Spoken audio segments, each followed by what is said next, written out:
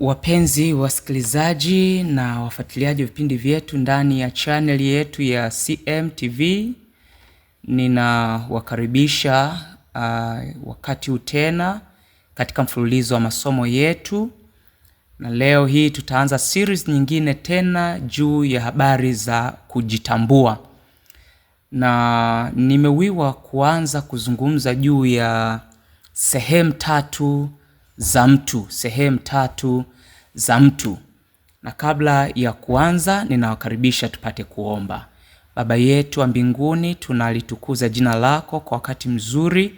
Sasa tunahitaji kujifunza juu ya upekee ambao umeweka ndani yetu, jinsi ulivyotuumba kwa namna ya ajabu. Tunapokuwa tukiendelea kutafakari hilo, tunakualika uwe nasi. Roho Mtakatifu akatufunze na kutujalia kuelewa, kwa jina la Yesu, amina. Zaburi ya 139 mstari wa 14 anasema, nitakushukuru kwa kuwa nimeumbwa kwa jinsi ya ajabu ya kutisha. Matendo yako ni ajabu na nafsi yangu yajua sana. Moja ya nukuu ambayo ilinivutia inapatikana katika kile kitabu cha Wanavyoamini Waadventista wa Sabato, ukurasa wa 97. Inasema, mwanamume na mwanamke waliumbwa kwa mfano wa Mungu wakiwa na nafsi, uwezo na uhuru wa kufikiri na kutenda. Ingawa waliumbwa kama viumbe huru, kila mmoja ni muunganiko usiogawanyika wa mwili, akili na roho unaomtegemea Mungu kwa ajili ya uhai na pumzi na vyote pia. Na Mtume Paulo sasa akihusianisha sehemu hizi tatu ambazo zimezungumzwa hapo, anaendelea kwenye sura hiyo hiyo na kwenye kurasa huo huo akisema, Mungu wa amani mwenyewe atakase kabisa nafsi zenu na roho zenu na miili yenu muhifadhiwe muwe kamili bila lawama wakati wa kuja kwake Bwana wetu Yesu Kristo. Hiyo ni kwa mujibu wa Thessalonika wa kwanza 5 fungu la 23. Sasa mpangilio wa Paulo kwa mujibu wa fungu hilo, wa kwanza roho, kisha nafsi na mwishowe mwili. Si jambo la ubahatishaji roho inapotakaswa. Akili inakuwa chini ya uongozi wa Mungu. Akili iliyotakaswa nayo itakuwa na mvuto unaotakasa juu ya nafsi, yaani shauku, hisia na mihemko.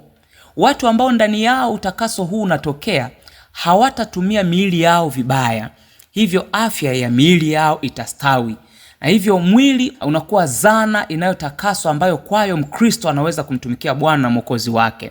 Wito wa Paulo wa utakaso ni wazi kuwa umekitwa katika dhana ya umoja wa asili ya mwanadamu na kudhihirisha kuwa matayarisho kamili ya ujio wa pili wa Kristo unahimiza matayarisho ya mtu katika ukamilifu wake, yani roho, nafsi na mwili. Na hiyo ni kwa mujibu wa ukurasa wa 103 wa kitabu cha Wanavyoamini Waadventista wa Sabato. Kwa maelezo hayo, tunabaini kwamba mwanadamu anazo sehemu kuu tatu zisizotenganishwa alizoumbwa nazo. Na hiyo ni kwa mujibu pia wa Biblia, ambapo tunapata kuna mwili, kwa lugha ya kikoloni unaitwa body, nafsi ambayo ni soul, na roho, spirit. Ukitafakari kwa undani sehemu hizi utabaini kwamba ni mwanadamu tu aliyependelewa kuwa nazo tofauti na viumbe wote katika dunia hii. Sasa hebu tutazame sehemu hizi kwa undani kidogo. Naomba tuanze na mwili. Mwili au body ni umbo linaloonekana. Tunazungumza habari ya nyama, damu na mifupa. Kwa namna nyingine tunauita utu wa nje. Kwa ukisikia Biblia inazungumza habari ya utu wa nje, inazungumza habari ya mwili. Mwili wa mwanadamu umebeba milango 5 ya fahamu ambayo ni ngozi, pua, ulimi, sikio na macho. Milango hii ya fahamu hutujulisha kinachoendelea katika mazingira ya nje, yani mazingira yanayotuzunguka, ili mwili uweze kuchukua hatua zilizo chini ya uamuzi wa mwili au ambazo haziko chini ya uamuzi wa mwili, na hivyo kuimarisha mazingira ya ndani ya mwili, homeostasis. Ngozi namba 1, ambao ni mlango wa fahamu wa kwanza, husaidia kuhisi baridi, joto, mgandamizo, mguso pamoja na maumivu. Mlango wa pili ambao ni pua, wenyewe husaidia kunusa harufu mbalimbali, husaidia kuchagua chakula kwa kusaidiana na ulimi, tunanusa chakula na wakati huo pia tunaonja chakula. Lakini mlango wa 3 wa fahamu ni unaitwa ulimi. Ulimi husaidia kuonja ladha ya kitu au chakula ukisaidiana pia na pua. Kuna aina 4 za vionjo vilivyopo kwenye ulimi tunafahamu, ambapo kuna vionjo vya utamu vinafanyika kwenye ulimi sehemu ya mbele kuonja vyakula vitamu, lakini vionjo vya ukakasi vinapatikana pembeni ya ulimi. Wenyewe vinahusika kuonja vyakula vyenye ukakasi. Kuna vionjo vya chumvi sehemu yote ya ulimi, wenyewe vinahusika kuonja vyakula vya chumvi, pamoja na vionjo vya uchungu ambao vipo nyuma ya ulimi vinahusika kuonja vyakula vichungu. Mlango wa 4 wa fahamu ni sikio. Sikio hufanya kazi mbili, kusikia pamoja na kuweka mwili sawa, kubalance. Mawimbi ya sauti hupimwa kwa kutumia kipimo kinachoitwa decibel scale, dB. Kwa wale wanamuziki wanaelewa hayo. Sasa mtu akikaa kwa muda mrefu kwenye eneo au sauti inayozidi dB 90 huweza kusababisha tatizo la kudumu la kutokusikia. Taarifa ya kusikia hutafsiriwa na pande zote mbili za ubongo wa kulia na ule wa kushoto. Sikio pia hutumika kuimarisha uwima wa mwili kwa kusaidiana na misuli, viungo, joints pamoja na macho. Hiyo ni habari ya sikio. Lakini tuna habari ya jicho. Mlango wa 5 wa fahamu. Kwenye macho kuna vipokea taarifa vya mwanga vinavyoitwa rods na cones. Rods hutumika kuona kwenye mwanga hafifu na cones hutumika kuona kwenye mwanga wa kawaida au mkali. Na kuna aina 3 za cones, zile zinazoona vizuri zaidi rangi nyekundu, zile zinazoona vizuri zaidi rangi ya blue, na zile zinazoona vizuri rangi ya kijani. Na kuna aina mbalimbali za upofu wa rangi, hapo matabibu wanaelewa hayo. Inayojulikana zaidi ni ile ya upofu wa rangi nyekundu na kijani. Mtu mwenye tatizo hili hawezi kutofautisha kati ya rangi ya kijani na nyekundu. Tatizo hili hurithiwa na huwapata zaidi wanaume kuliko wanawake. Lakini pia tuna sehemu ya pili ya mtu inayoitwa nafsi, soul. Nafsi ni sehemu yetu ya ndani, naweza kusema ni ya katikati. Kwa namna nyingine, neno nafsi likitofautishwa na roho linaweza kueleweka kama ile sehemu ya mwanadamu inayojidhihirisha kupitia silka, hisia, mihemko na shauku.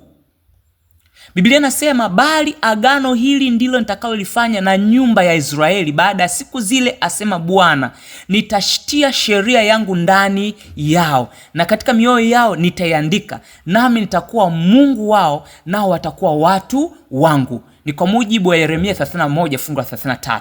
Kwa hiyo hatulegei, bali ijapokuwa utu wetu wa nje unachakaa, lakini utu wetu wa ndani unafanywa upya kila siku, kwa kila siku. Ni kwa mujibu wa Korinto 2:4 fungu la 16. Sasa utu wa ndani au sehemu ya ndani ya mtu ipo kwenye nafsi, soul. Kwa nafsi, soul, inajumuisha sehemu au vitu vikubwa vitatu. Cha kwanza ni akili, mind. Cha pili tunaita hisia, emotion. Cha tatu kinaitwa matakwa, will. Sasa naomba tuvithibitishe hivi pia kimaandiko. Jambo la kwanza, akili, ambayo sasa ni sehemu inayopatikana kwenye nafsi. Kwa mujibu wa Biblia inasema, maana hekima itaingia moyoni mwao na maarifa yatakupendeza nafsi yako. Tena si vizuri nafsi ya mtu ikose maarifa, bali utaijua hekima kuwa tamu kwa nafsi yako. Hapo nimesoma katika Mithali 2, utaangalia fungu la 10, Mithali 19 fungu la 2, Mithali 24 fungu lile la 14. Mafungu haya yanaonyesha kwamba nafsi, soul, inahitaji maarifa. Na kwa kuwa maarifa ni utendaji wa akili, function of the mind, hivyo inathibitisha kuwa akili ni sehemu ya nafsi. Zaburi ya 139 fungu la 14 inasema, nitakushukuru kwa kuwa nimeumbwa kwa jinsi ya ajabu na kutisha. Matendo yako ni ajabu na nafsi yangu yajua sana. Neno kujua linahusiana na akili. Uthibitisho mwingine kwamba akili ni sehemu ya nafsi. Zaburi 13 fungu la 2 inasema, nafsi hufanya mashauri. Kitendo hiki kinahusiana pia na akili. Maombolezo 3:20 inaeleza pia kuwa kumbukumbu ni ya nafsi, ikimaanisha kwamba nafsi inakumbuka. Kutokana na mafungu hayo tunabaini kwamba kuna sehemu kwenye nafsi ambayo inajua, inashauri na inakumbuka. Sehemu hiyo inaitwa akili. Hasa kwenye nafsi pia kuna sehemu ya pili inaitwa matakwa, will. Ayubu 7 fungu la 15 inasema nafsi huchagua. Kuchagua kitu fulani ni tendo litokanalo na matakwa, will. Kitendo kinachothibitisha kwamba matakwa au will ni sehemu ya nafsi. Ayubu 6 fungu la 7 inaeleza kwamba roho hukataa. Kuchagua na kukataa vyote ni matokeo ya uamuzi. Nyakati wa kwanza 22 fungu la 19 inasema jitieni nia kumtafuta Bwana. Kama vile tunavyozifanya akili zetu kufikiri, vivyo hivyo tunafanya nafsi zetu kutafuta. Kitendo kinachotokana na maamuzi ya nafsi zetu, kinachothibitisha kwamba matakwa au will ni sehemu pia ya nafsi. Lakini pia kwenye nafsi kuna kitu kingine kinaitwa hisia au emotion.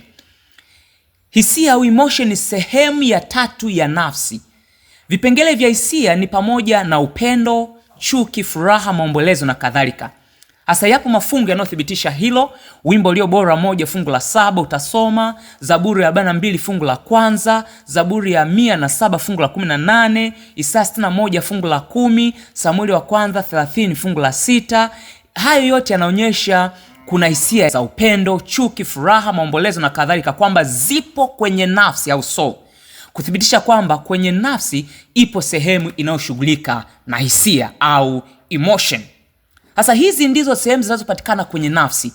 Katika sehemu hizi tatu, akili ndiyo inayoongoza ikifuatiwa na uamuzi kisha hisia. Na hii ndiyo sehemu halisi ya mtu, yani utu wa ndani. Ni utu wa ndani unaopelekea utu wa nje kuwa na mvuto au kukosa mvuto. Mungu hushughulika sana na utu wa ndani. Na unapozungumza utu huu wa ndani, utu wa ndani ndiyo mtu halisi. Muonekano wetu tunaoona, maumbile yetu, vichwa vyetu, mikono, viungo vyote vya mwili, huu ni mwili, ni muonekano wa nje. Lakini utu halisi ndiyo huu ambao tunaita nafsi, soul. Na ukisikia habari za silika ya mtu, tabia zake, mwenendo wake, ni matokeo ya utu wake, ambao utu halisi wa mtu ni nafsi. Kwa maana nyingine ni kwamba utu halisi si mwili, utu halisi ni nafsi. Kuna kitabu kimoja kinaitwa The Hidden Man. Ukipata hicho kitabu pia kinaweza kukusaidia sana kuelewa habari ya nafsi au soul. Lakini pia kuna sehemu ya tatu ya mwanadamu ambayo inaitwa roho. Roho yenyewe ukikuta ndani ya maandiko matakatifu imeandikwa kwa herufi ndogo R. Roho ni sehemu yetu ya ndani ambapo Kristo anaishi. Maandiko matakatifu yanasema, Mariamu akasema, moyo wangu wamwadhimisha Bwana na roho yangu imemfurahia Mungu mwokozi wangu. Luka 1:46 na 47. Sasa kazi ya roho ni kumgusa Mungu, kuwa na ushirika naye, kupokea mibaraka kutoka kwake na kumwabudu. Lakini kutokana na kuanguka dhambini, roho ikawa katika hali ya kufa na haikuweza kufanya kazi. Kwa hiyo tunampokea Yesu kama Bwana na Mwokozi wetu. Roho Mtakatifu anakuja kwenye roho zetu na kuzigusa. Kwa mguso wake, roho huishwa kama vile balbu inavyowaka mara baada ya kuruhusu umeme kuifikia. Kama tukihitaji kumjua Kristo na kuwa na uzoefu naye, hatuna budi kuwa na uelewa wa roho na nafsi. Roho inajumuisha sehemu au vitu vikubwa vitatu. Cha kwanza kinaitwa dhamiri, conscience. Cha pili kinaitwa ushirika, fellowship. Lakini cha tatu kinaitwa intuition, umaizi. Sasa hebu tuvithibitishe hivi vipengele kupitia maandiko matakatifu. Dhamiri ni uwezo alioweka Mungu kwa wanadamu ili kufanya tathmini. Dhamiri inashughulika na kutambua lilo jema kati ya ovu. Pia inashughulika na kuhukumu pamoja na kuhesabia haki. Maandiko matakatifu yanasema, nasema kweli katika Kristo, sisemi uongo, dhamiri yangu ikinishuhudia katika Roho Mtakatifu. Warumi 9 hiyo fungu la 1. Roho mwenyewe pia hushuhudia pamoja na roho zetu ya kuwa sisi tu watoto wa Mungu. Hiyo ni kwa mujibu wa Warumi 8 fungu la 16. Dhamiri au conscience ipo kwenye roho ya mwanadamu. Biblia inaposema roho hushuhudia pamoja na roho zetu, kwa namna nyingine tunaweza kusema kuwa dhamiri zetu, conscience, hushuhudia pamoja na Roho Mtakatifu. Jambo ambalo linathibitisha kwamba dhamiri ni sehemu ya utendaji wa roho zetu. Wakorinto wa kwanza 5:3, Mtume Paulo anasema katika roho anamhukumu mdhambi. Kuhukumu ni aidha kushutumu, kukondem au kuhesabia haki, justify, kazi inayofanywa na dhamiri. Na anasema nikiwapo kwa roho na hukumu. Kauli hii inathibitisha kwamba dhamiri pia ipo kwenye roho. Zaburi ya 51:10 inasema uifanye upya roho iliyotulia ndani yangu, ikimaanisha roho iliyo sahihi. Kujua lililo sawa kati ya ovu ni kazi ya dhamiri, jambo linalothibitishwa na fungu hili kuwa dhamiri ni sehemu ya roho. Zaburi 34:18 inataja habari za kuvunjika moyo. Kuvunjika inamaanisha tunatambua kuwa tumekosea. Kwa maneno mengine, tunashutumu na kulaani nafsi zetu, kazi inayofanywa na dhamiri zetu. Kutokana na maelezo hayo, kuvunjika moyo inathibitisha pia kwamba dhamiri inahusika au inahusiana na roho. Kitu kingine kilichopo kwenye roho, tunapata kitu kinachoitwa ushirika, fellowship. Yohana 4:24 nasema tunapaswa kumwabudu Mungu katika roho. Kumwabudu Mungu kunahitaji ibada ndani ya roho zetu.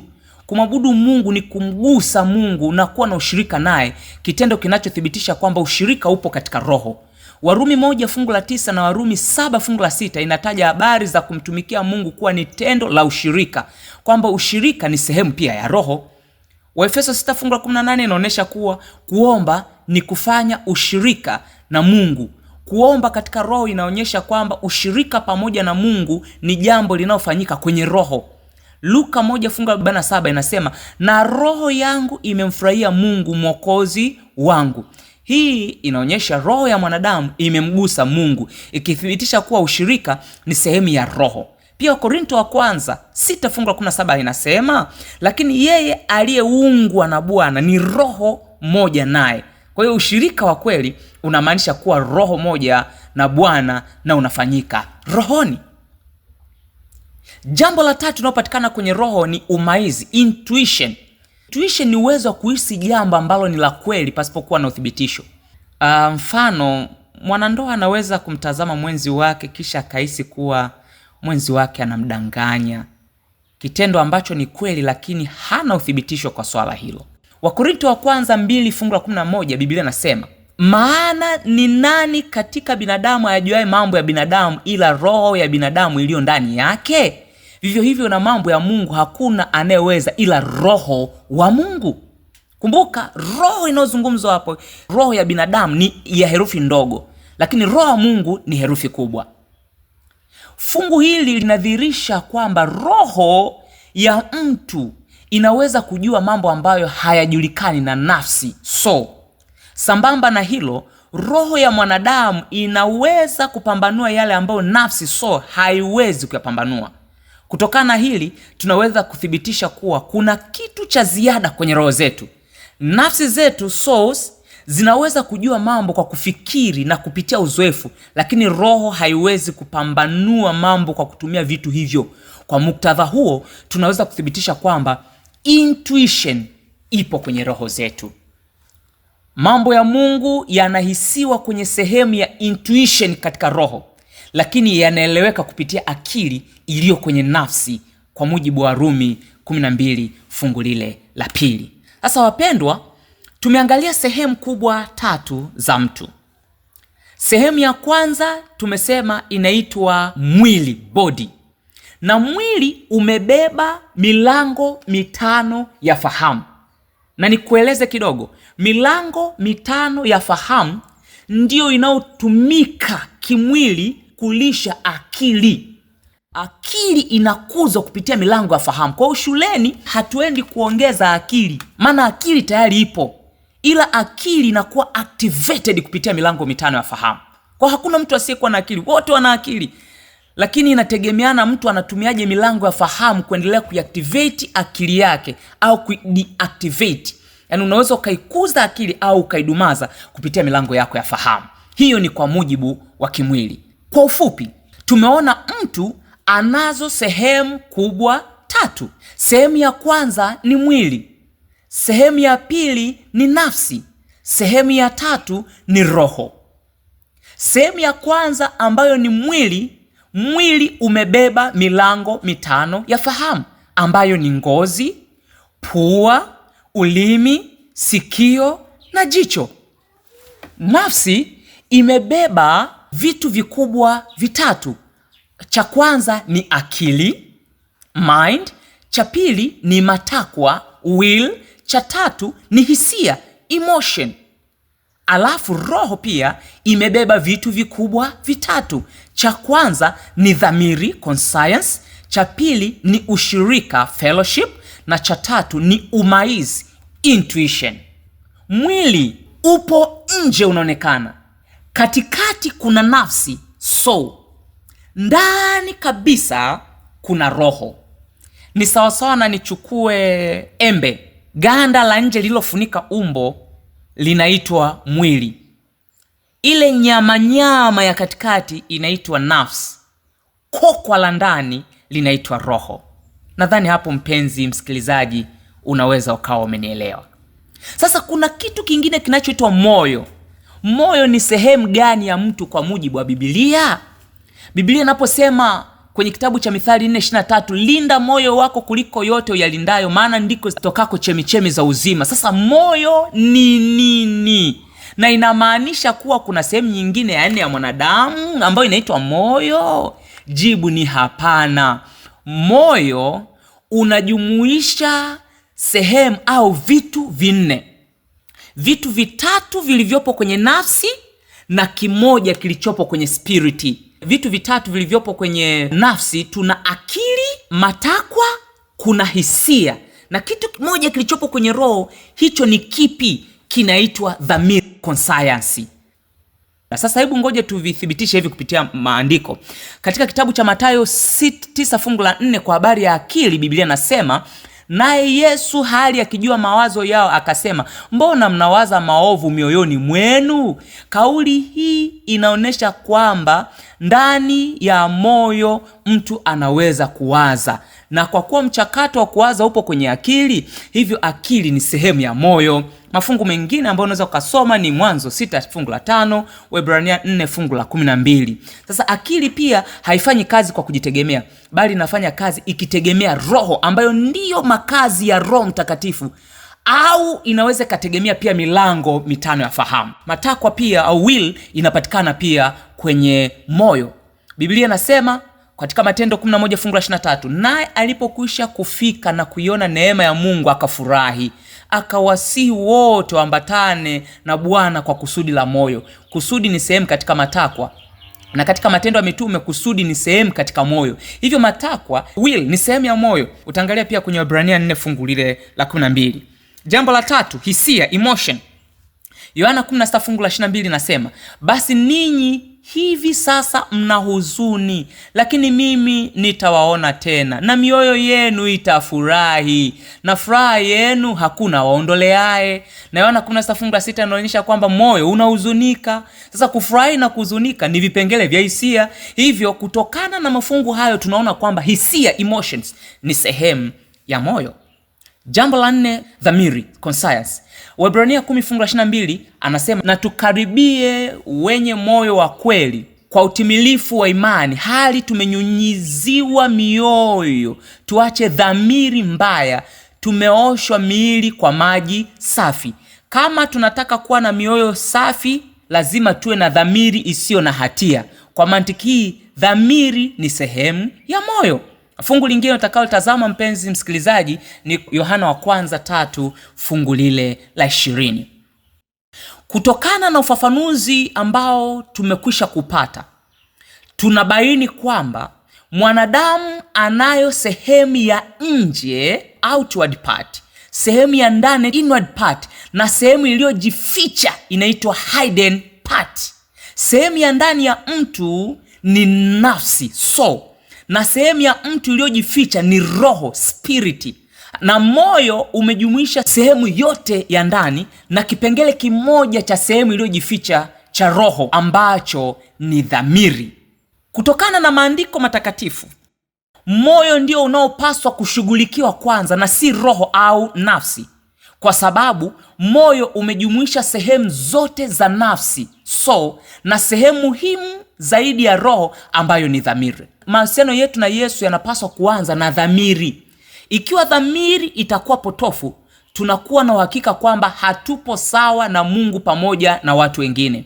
Hivyo kwa kuwa dhamiri ndio sehemu kuu ya moyo, moyo unapaswa kushughulikiwa kwanza katika kuhakikisha tunakuwa na mahusiano sahihi na Mungu.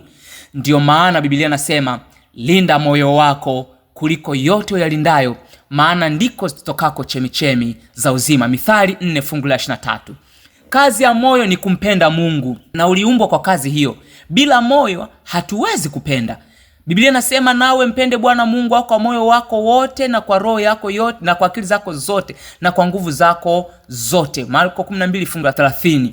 Biblia inaposema mtu wa asili inamaanisha nafsi, soulish. Basi mwanadamu wa tabia ya asili hayapokei mambo ya roho wa Mungu, maana kwake huyo ni upuuzi, wala hawezi kuyafahamu kwa kuwa yatambulikana kwa jinsi ya rohoni. Lakini mtu wa rohoni huyatambua yote, wala yeye hatambuliwi na mtu. Hiyo ni kwa mujibu wa Korinto wa kwanza 2:14 na 15. Sasa sikiliza hiki pia. Shetani hufanya kazi kinyume na Mungu. Yeye hukaa kwenye mwili na kufanya ushawishi wake kwenye nafsi, kisha upelekea roho kuwa na udhaifu wa giza.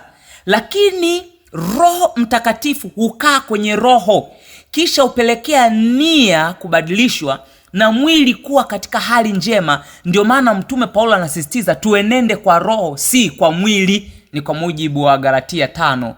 Kuna swali ambalo mtu anaweza kujiuliza, pambano kati ya Kristo na Shetani linafanyikia wapi?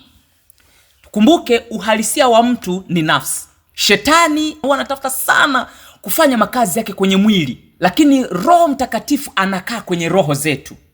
Nafsi ndio uwanja wa mapambano. Mungu anataka tuwe watoto wake, Shetani naye anataka tuwe mateka wake. Sasa sisi tuna uwezo wa kuchagua, aidha umgeukie Shetani kupitia mwili au umgeukie Mungu kupitia roho zetu. Ukiamua kugeuka ukafuata matakwa ya mwili, matendo ya mwili ni dhahiri. Ndiyo haya: uasherati, uchafu, ufisadi, ibada sanamu, uchawi, uadui, ugomvi, wivu, hasira, fitina, faraka, uzushi, husuda, ulevi, ulafi na mambo yanayofanana na hayo. Na tena mtumishi wa Mungu anasema Paulo, katika hayo nawaambia mapema, kama mlivyokwisha kuambia, kwamba watu watendao mambo ya jinsi hiyo hawata urithi ufalme wa Mungu. Biblia inaposema enenda kwa roho, anataka utoke kutazama mwili, ugeuke sasa ufuate roho, maana roho ndio inayofanya uhusiano na Roho Mtakatifu. Sasa Roho Mtakatifu anapokaa kwenye roho, nini kinachotokea? Matokeo yake yanakuwa haya. Fungu la 22 la Galatia 5. Tunda la Roho ni upendo, furaha, amani, uvumilivu, utu wema, fadhili, uaminifu, upole, kiasi. Kwa ukimwona mtu yoyote anakwenda kinyume, haonyeshi vipengele hivyo, ujue amegeuza nafsi yake, imekwenda kwenye mwili. Na ukiona mtu anatoa matokeo mazuri, ujue amegeuza nafsi yake, imekwenda kwa roho. Sasa hii nafsi, kwa sababu inagombaniwa, ili upate ushindi, nini kinachotakiwa kufanyika? Lazima ukubali nafsi yako ife. Nafsi inakufaje? Maandiko matakatifu yanasema, alituuisha pamoja na Kristo, yaani tumeokolewa kwa neema, akatufufua pamoja naye, akatuketisha pamoja naye katika ulimwengu wa roho katika Kristo Yesu. Nafsi yako isijitegemee, kubali kumgeukia Kristo moja kwa moja. Usijifanyie maamuzi yako, kubali Roho Mtakatifu akufanyie maamuzi. Usifanye matakwa yako, kubali matakwa na mapenzi ya Mungu yatimie ndani ya nafsi yako. Usikubali kujiendesha utakavyo, kubali kuendeshwa na Roho Mtakatifu. Nichukulia tu kielezo kifupi. Mtu anapokuwa amekufa haelewi. Mtampeleka popote mnapotaka, mtamuongoza vyovyote mnavyotaka, mtamgeuza hivi na vile, hasikii chochote. Ndicho ambacho kinatakiwa ili kuweza kupata ushindi katika pambano. Kubali kuacha Mungu atimize mapenzi yake kwako. Kubali Kristo aishi ndani yako. Kubali uvaane naye. Imani yake iwe imani yako, mapenzi yake yawe mapenzi yako, shauku yake iwe shauku yako, chochote anachotaka kiwe ndio cha kwako. Ufungamane, uwe umesokotana naye, yani Yesu Kristo atembee, awe amekuvaa. Yani mishipa yako ni Kristo, mwenendo, kila kitu chako ni Kristo.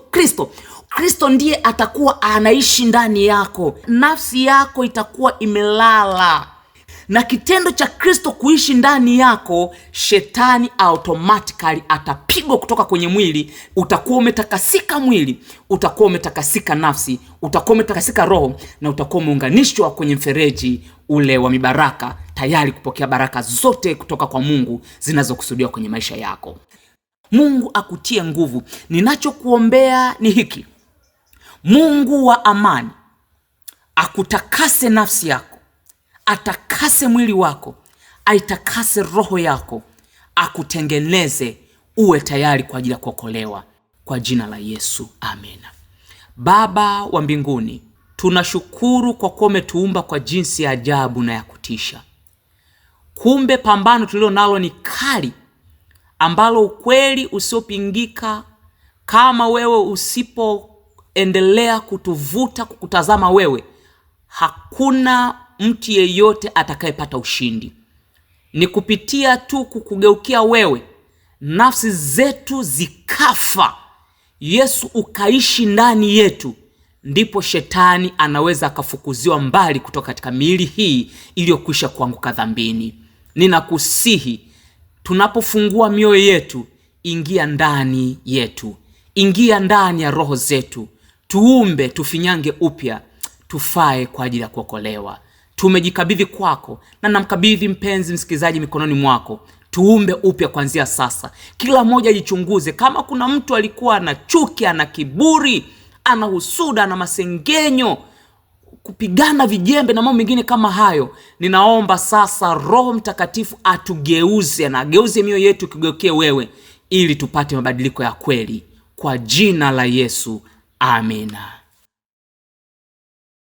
Mungu akubariki sana msikilizaji, na Bwana aendelee kuwa pamoja nawe, na kukaribisha katika session itakayofuata. Tutakuwa tukizungumza habari ya mwili wetu, hekalu la Roho Mtakatifu.